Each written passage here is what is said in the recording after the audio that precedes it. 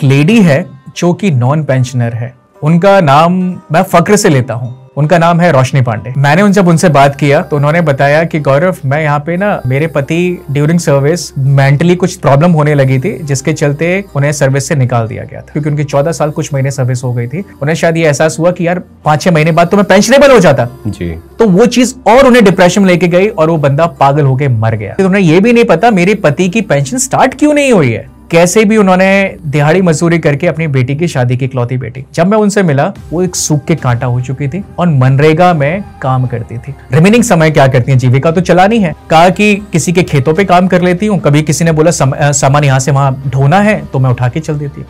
मैं आपको कुछ ऑर्गेनाइजेशन है जो प्रोमिनेंट ऑर्गेनाइजेशन है इंडिया में, जो दावा करती हैं कि मैं एक्स सर्विसमैन वेलफेयर के लिए काम कर रही हूँ, आपकी आर्मी, एयरफोर्स, नेवी, तीनों की, मैं उनके नाम नहीं लूंगा। वो सारे जो काम करते हैं ना, वो कागजों में काम करते हैं और कागजों में ही चलता है। सो उनमें से मैं एक के पास गया और मैंने बोला कि सर ये केस है सर, प्लीज कुछ हो सकता है। और मुझे भी नहीं ABCD पता थी किससे कैसे अप्रोच करना है, अनपढ़ आदमी ठहरा मैं भी। तो मैं गया वहां पे, तो उन्होंने बोला, जनरल साहब थे, लाइए देखता हूं मैं, कागज दो, ये दो, वो दो। मैंने दिया कागज, सारे इकट्ठे कराए। मुझे इस लेडी से भी मिलना है, उसे यहाँ बुलाओ। लेडी को भी बुलाया यहाँ पे, उत्तराखंड से। वो बड़ी उम्मीद के साथ आई, गौरव ने बुलाया तो कुछ अच्छा ही होगा। यहाँ पे जब मैं लेके आया तो उसके दिमाग में एक इमेज गौरव ने कनेक्ट कराया है, और दूसरे जनरल साहब से मिली हो तो फिर तो मतलब ही नहीं बनता कि मैं खाली हाथ जाऊंगी। जनरल साहब ने कागज पत्र लिए, शक्ल देखी, बातचीत किया और भेज दिया। सो मैंने यहाँ पे बोला, जनरल साहब 6 महीने पास हो गए, सर कुछ हो रहा है। गौरव, आप इमोशनल हो जाते हैं चीज में, ऐसे थोड़ी होता है।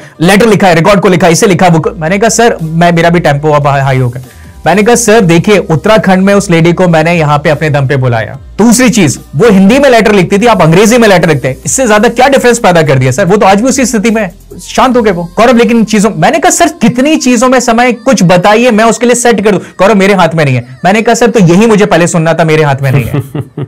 और जो आपके हाथ में एटलीस्ट वो कर सकते हैं, तो उनके हाथ में ये था कि उनके ऑर्गेनाइजेशन के पास आज की डेट में भी मैं बोलूं करोड़ों का फंड है, लेकिन नियत होनी चाहिए। नहीं हुआ। तो मुझे उस दिन वो ना, मैंने शायद अपने ईगो पे ले लिया, मुझे आत्मा ने झिझोड़ दिया, या मुझे लगा कि मैं अपने आप को गलत प्रूफ कर रहा हूं, मुझे नहीं पता। और जबकि मैं बताऊं, जब वो लेडी ना यंग अवस्था में थी, वो अपने कागजों के लिए पता नहीं कहां गई, जिसने सुझाव दिया। कहा जाता है लोगों ने उस पर गंदी नजर डाली, उसका फायदा उठाने की कोशिश की। वो खैर भगवान का है कि वो उन चीजों से बची रही। तो इसलिए वो केस ना मेरे और क्लोज था, वो मैं सबसे शेयर भी नहीं करता।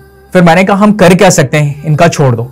सो मैंने कहा मैडम ये मुझे बताइए, मैं आपके लिए क्या कर सकता हूं, मैं अब औरों की जिम्मेदारी नहीं लेता। तो कहा गौरव क्या करूं। फिर उन्होंने कहा कि गौरव ऐसा है, मेरे यहाँ पे ना पूजा की कोई दुकान नहीं है, तो आप कोई पूजा की दुकान खुला दोगे ना तो मेरी जीविका बन जाएगी, बुढ़ापे में भी आराम हो जाएगा।